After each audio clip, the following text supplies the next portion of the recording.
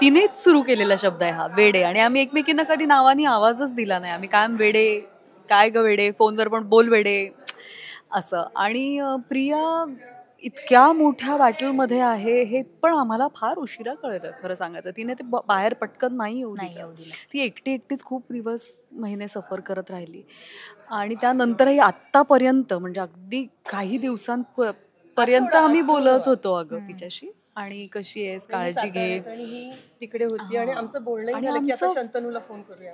आणि आमचं प्रत्येक फोन किंवा मेसेजवर बोलणं व्हायचं तेव्हा प्रियाचं नाव निघायचंच. किंवा कुठल्याही गोष्टी चांगल्या घडत असल्या तरी सुद्धा back of the mind Priya असायचीच असायची. असं कधीच झालं नाही की Priya out of the mind गेली.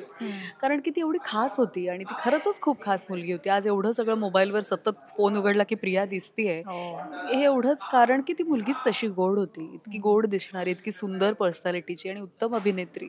आणि अशी म्हणजे काहीच बोलण्यासारखंच नाहीये ग. फारच वाईट वाटतं आम्हाला. वाईट काय वाटलं माहितीये ना की तुला मी सांगते, मी अमेरिकेत असताना सुद्धा तिचा मला फोन आला होता की मी इथे आले, तुम्हाला भेट. आणि आमची काही कारणामुळे आमची चुकामुक झाली, आमचं भेटणं झालंच नाही. अगदी आयत्या वेळी असं झालं की प्रियाचा फोन बंद झाला की काय, कुठे भेटायचं हेच आमचं पत्ताच आमचा शेअर नाही झाला. आणि ती अमेरिकेतनं निघून गेली आणि मी तिला कॉलच करत राहिले, तिचे फोनच लागले नाही. आणि मग जेव्हा ती इंडियात आली तेव्हा ती चिडलेली होती माझ्यावर खूप. आणि मी तिला म्हटलं, अगं मला माहीतच नाही मी तुला कुठे भेटायला यायचंय. सो आमचं तेव्हापासूनच भेटणं राहिलं होतं, ते भेटलोच नाही होत आम्ही.